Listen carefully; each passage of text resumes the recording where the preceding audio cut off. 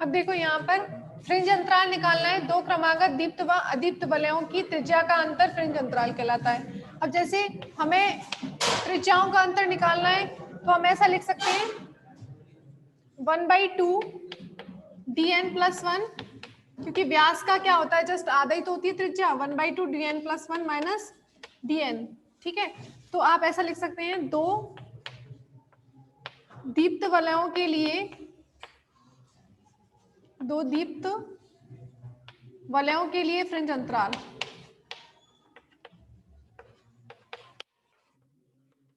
दो दीप्त वलयों के लिए फ्रिंज अंतराल।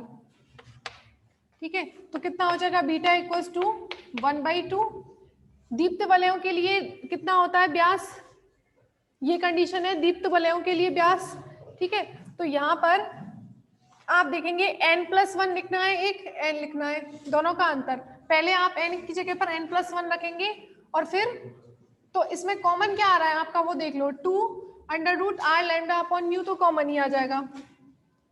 इसको यदि मैं यहाँ लिख दूँ 2r λ/μ। अब 2n+1 में आप n+1 रखिए, कितना आएगा, 2n+3 आ जाएगा।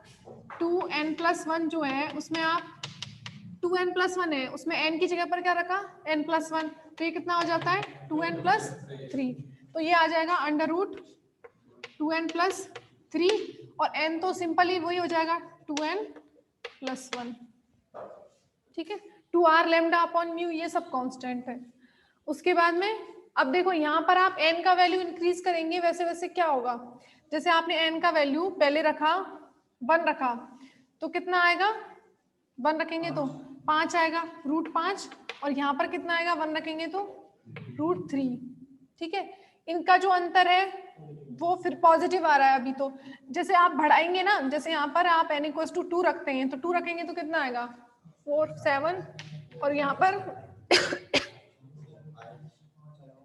5, तो इनका अंतर सेम ही आता है क्या, √5 - √3 और √7 - √5।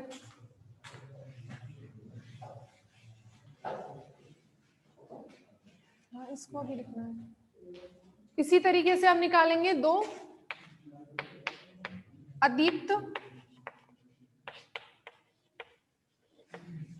वलयों के लिए फ्रिंज अंतराल।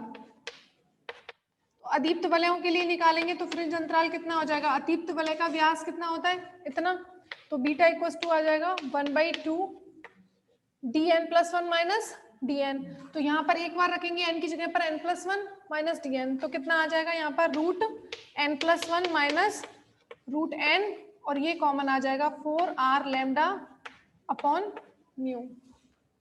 ठीक है, 4r λ/μ तो कॉमन आ गया, एक बार n की जगह पर n+1 रखा, दूसरी बार dn, तो dn + 1 माइनस dn।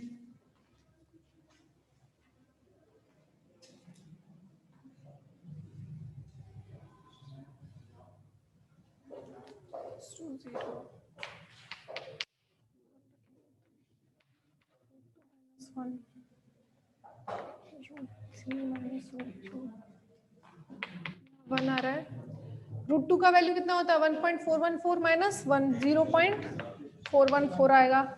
√3 का वैल्यू 1.732 माइनस 0.414। देखो डिक्रीज होता जा रहा है ना, पहले 1 हो रहा था, फिर अंतर निकाला तो कितना आ रहा है, जैसे आप n का वैल्यू इंक्रीज करते हैं, पहले आप n का वैल्यू कितना रख रहे हैं 0 रखते हैं, तो कितना आएगा 1 - 0 आ जाएगा, तो पहला 1 आएगा। उसके बाद में आप n = 1 रखते हैं, इसका मतलब √2 माइनस √2 माइनस 1, n = 1 रखेंगे तो 1.414 माइनस 1 कितना हो जाएगा 0.414। उसके बाद में √3 माइनस √2 यानी कि 0.732 माइनस 0.414 1.414, ये और भी कम आएगा। ठीक है, तो इसका मतलब क्या है कि जैसे जैसे n का वैल्यू बढ़ेगा वैसे वैसे वलयों का जो व्यास है वो कम, मतलब ऐसा मान सकते हैं जैसे सेंटर पे ऐसी आ रही है, उसके बाद अभी दोनों के बीच में डिस्टेंस काफी है ना, उसके बाद ये कम होता जाएगा डिस्टेंस। कहने का मतलब ये है कि जैसे जैसे आपका n का मान बढ़ेगा वैसे वैसे वलयों का व्यास जो है वो घटता जाएगा। समझ रहे हैं?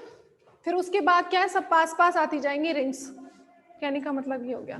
तो ऐसा लिख सकते हैं, जैसे जैसे n का मान में वृद्धि होती जाती है वलयें निकट आती जाती हैं। स्पष्टतः n का मान बढ़ने पर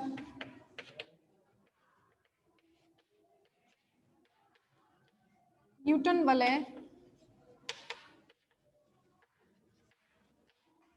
निकट आती जाती हैं, निकट आती हैं। ठीक है, बाकी सब तो कांस्टेंट है। पहले आप फ्रिंज अंतराल निकालते थे तो लैम्डा डी अपॉन डी आता था, लैम्डा भी कांस्टेंट, डी भी कांस्टेंट और वो डी भी constant, small D capital D. यहाँ पर वो एन पर डिपेंड कर रहा है। एन मतलब जैसे जैसे क्रमांक है, जैसे पहली वलय, द्वितीय वलय, तृतीय वलय, तो इसका मतलब जैसे जैसे आपकी वलय नंबर बढ़ती जा रही है कि 5वीं वलय और 10वीं वलय, तो 10वीं वलय क्या होगी, वहां पर क्या आ जाएंगी, वलय सक्रिय होती जाएंगी, पास पास आती जाएंगी। इसका मतलब ये है। तो इस तरीके से आपका परावर्तित प्रकाश में न्यूटन वलय कंप्लीट हो गया। फिर उसने आपने व्यास निकाल लिया और फ्रिंज अंतराल निकाल लिया। अब है पारगमित प्रकाश में न्यूटन वलय।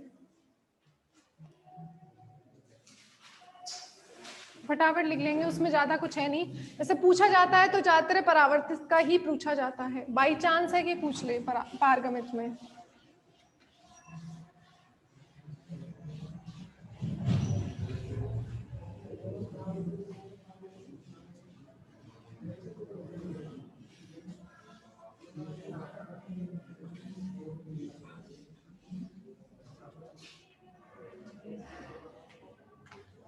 दूसरा है पारगमित प्रकाश में न्यूटन वलय।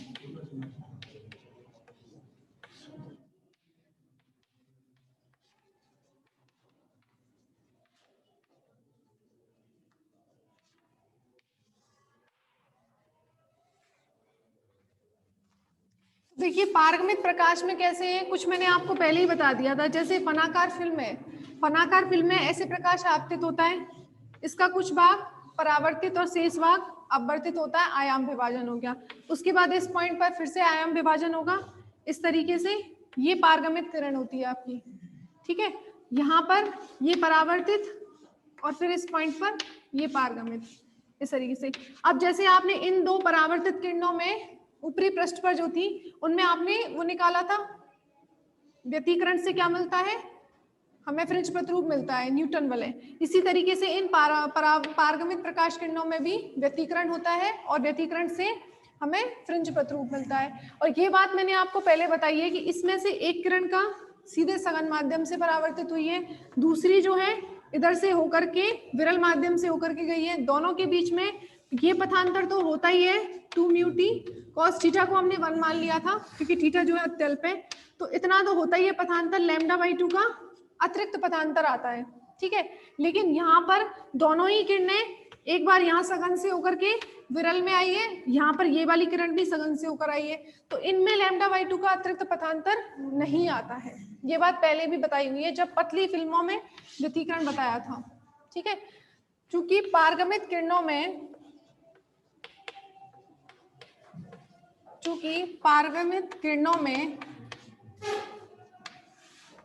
स्टोक के नियमानुसार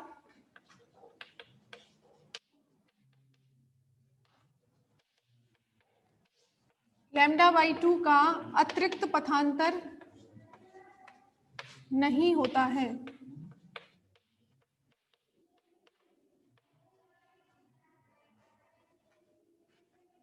ठीक है, अब इसका डायग्राम में से बना देते हैं, न्यूटन वलय में कैसे बनेंगे। इस तरीके से बता दिया कि परावर्तित के साथ साथ पारगमित भी होती हैं किरणें। आप न्यूटन में तो आप इसी तरीके से बनाएंगे डायग्राम, समतल उत्तल लेंस, इसके ऊपर यहाँ प्रकाश आपतित हुआ जैसे ए पॉइंट पर। ठीक है, अब यहाँ पर फिल्म की इसके ऊपरी पृष्ठ से और निचले पृष्ठ से परावर्तित होकर इस तरीके से पारगमित प्रकाश किरणें मिली। दो ऊपर जाएंगी परावर्तित और दो पारगमित। तो परावर्तित का तो हमने पढ़ ही लिया है, ए R1 T1 मान लीजिए और ये B T2। पारगमित प्रकाश किरणों में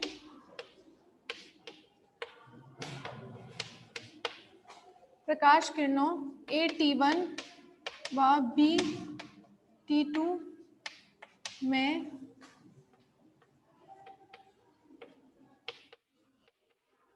प्रकाशिक पथांतर, ये कोण जो है थीटा, फान कोण जिसे बोलते हैं, लेंस, ये तो है लेंस और ये है प्लेट, कांच की प्लेट P, ठीक है। प्रकाशिक पथांतर कितना होता है 2 mu t cos theta plus r आया था वैसे तो फनाकार फिल्म से, पर हमने क्या है अभिलंब आपतन के लिए I = R = 0 मान लिया था, तो ये 0 हो गया। उसके बाद थीटा जो है यहाँ पर अत्यल्प है, तो थीटा अत्यल्प होने की वजह से फान कोण अत्यल्प है, इसीलिए कॉस थीटा कितना हो गया था 1 हो गया था। तो पथांतर कितना आ गया 2 म्यू टी, ठीक है। वहां पर परावर्तित में अंतर क्या था, हमने λ/2 का अतिरिक्त पथांतर लिया था, वो इसमें नहीं आता, सिंपल। उसके बाद संपोषी के लिए कितना हो जाएगा, पारगमित प्रकाश में संपोषी व्यतिकरण, तो पथांतर कितना होता है लैम्डा का पूर्ण गुणज होता है, ठीक है। संपोषी में यही तो होता है, तो फर्स्ट और सेकंड से आप क्या लिख सकते हैं 2 म्यू टी = L लैम्डा, ये आ गया आपका संपोषी के लिए। विनाशी के लिए प्रतिबंध क्या आ जाएगा,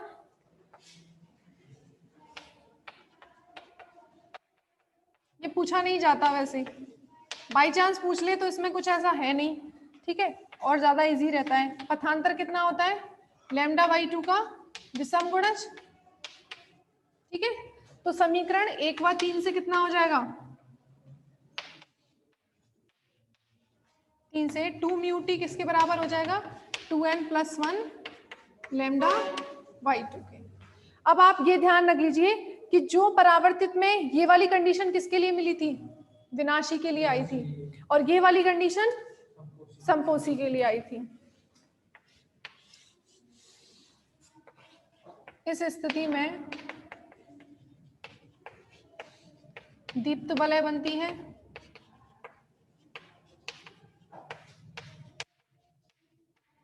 और इस स्थिति में पारगमित प्रकाश की बात कर रहे हैं, पारगमित प्रकाश में इस स्थिति में अदीप्त वलय बनती है।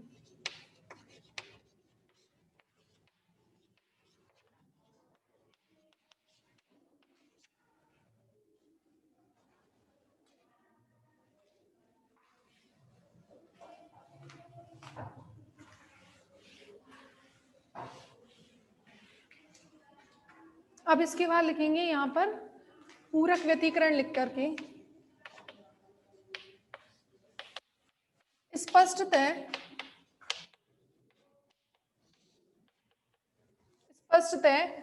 परावर्तित प्रकाश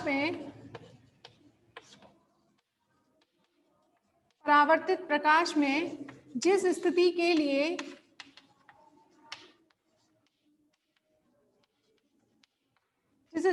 लिए दीप्त न्यूटन वलय बनती है,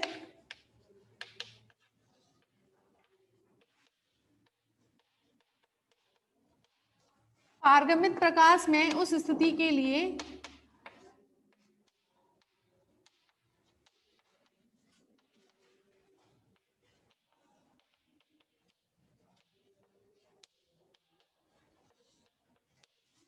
जिस स्थिति के लिए परावर्तित प्रकाश में दीप्त न्यूटन वलय बनती है, पारगमित प्रकाश में उस स्थिति के लिए अदीप्त न्यूटन वलय बनती है।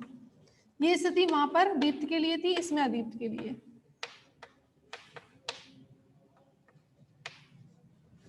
सेम इसका रिवर्स लिख देंगे कि परावर्तित प्रकाश में जिस स्थिति के लिए अदीप्त बनती है, पारगमित प्रकाश में उसके लिए दीप्त बनती है, तो ये कहलाता है पूरक व्यतिकरण। साथ ही इसका विलोमतः आप लिख लेंगे ना, विलोमतः ऐसे करके लिख देती हूँ, जहां अदीप्त बनेगी परावर्तित में वहां पारगमित में दीप्त, वो लाइन आप लिख लीजिए।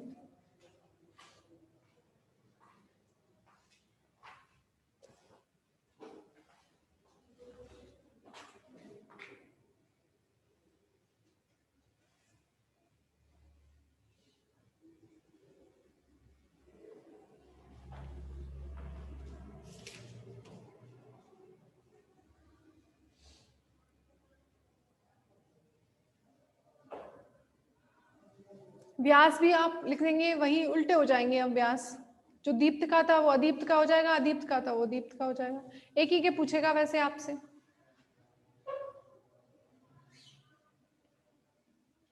तो यहाँ पर जो दीप्त वाली ये है ना,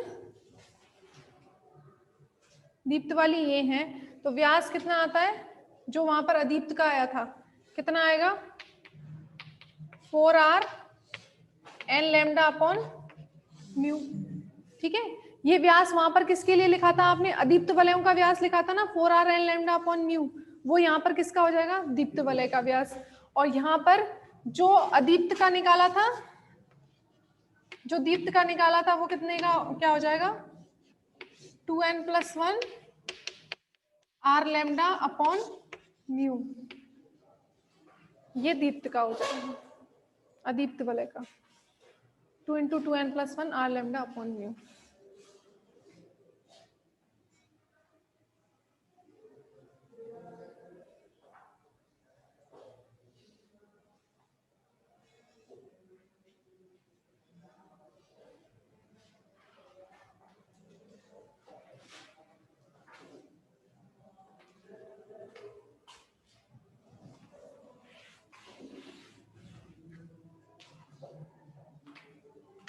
तो पूरक व्यतिकरण में आप ऐसा लिख सकते हैं, जैसे परावर्तित प्रकाश में आपने ये बनाई थी, इस तरीके की बनाई थी परावर्तित प्रकाश में न्यूटन वाले, यहाँ पर बीच में कौन सी थी, काली फ्रिंज थी, यहाँ पर दीप्त बन जाएगी। ठीक है, तो इस तरीके से बना लो। उसके बाद मैंने ये चीज आपको बताई हुई है कि परावर्तित प्रकाश में न्यूटन वलय या व्यतिकरण प्रारूप बहुत ही स्पष्ट दिखाई देता है, और पारगमित प्रकाश में ये जो फ्रिंजें हैं वो बहुत ही विपर्यास या खराब दिखाई देता है।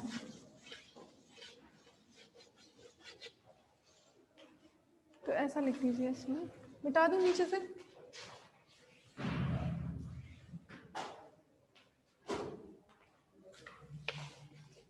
अदीप्त सेंटर में, यहाँ पर सेंटर में दीप्त। ठीक है, और ये परावर्तित प्रकाश में न्यूटन वलय,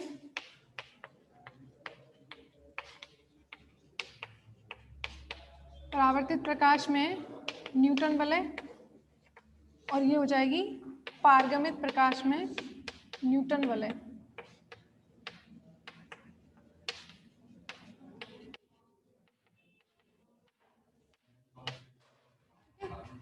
ये हो जाएगा अस्पष्ट, स्पष्ट विवर्तन प्रतिरूप, और ये अस्पष्ट।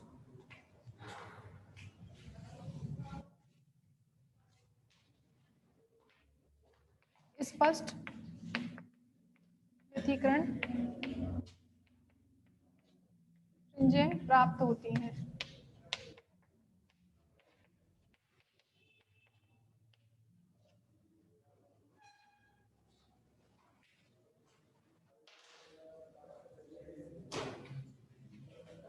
इस प्रकार पारगमित प्रकाश में व्यतिकरण प्रारूप परावर्तित प्रकाश में प्राप्त व्यतिकरण प्रारूप के पूरक प्राप्त होता है।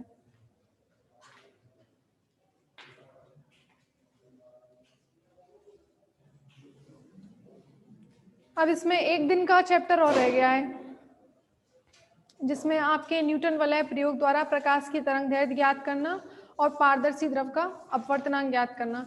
वो इसके एप्लीकेशन समझ लीजिए, उन पर बेस्ड क्वेश्चन आता है। ठीक है, तो फॉर्मूले बताने और क्वेश्चंस बताने। उसके बाद माइकलसन व्यतिकरण मापी नहीं पढ़ना, इस बार हटा दिया है।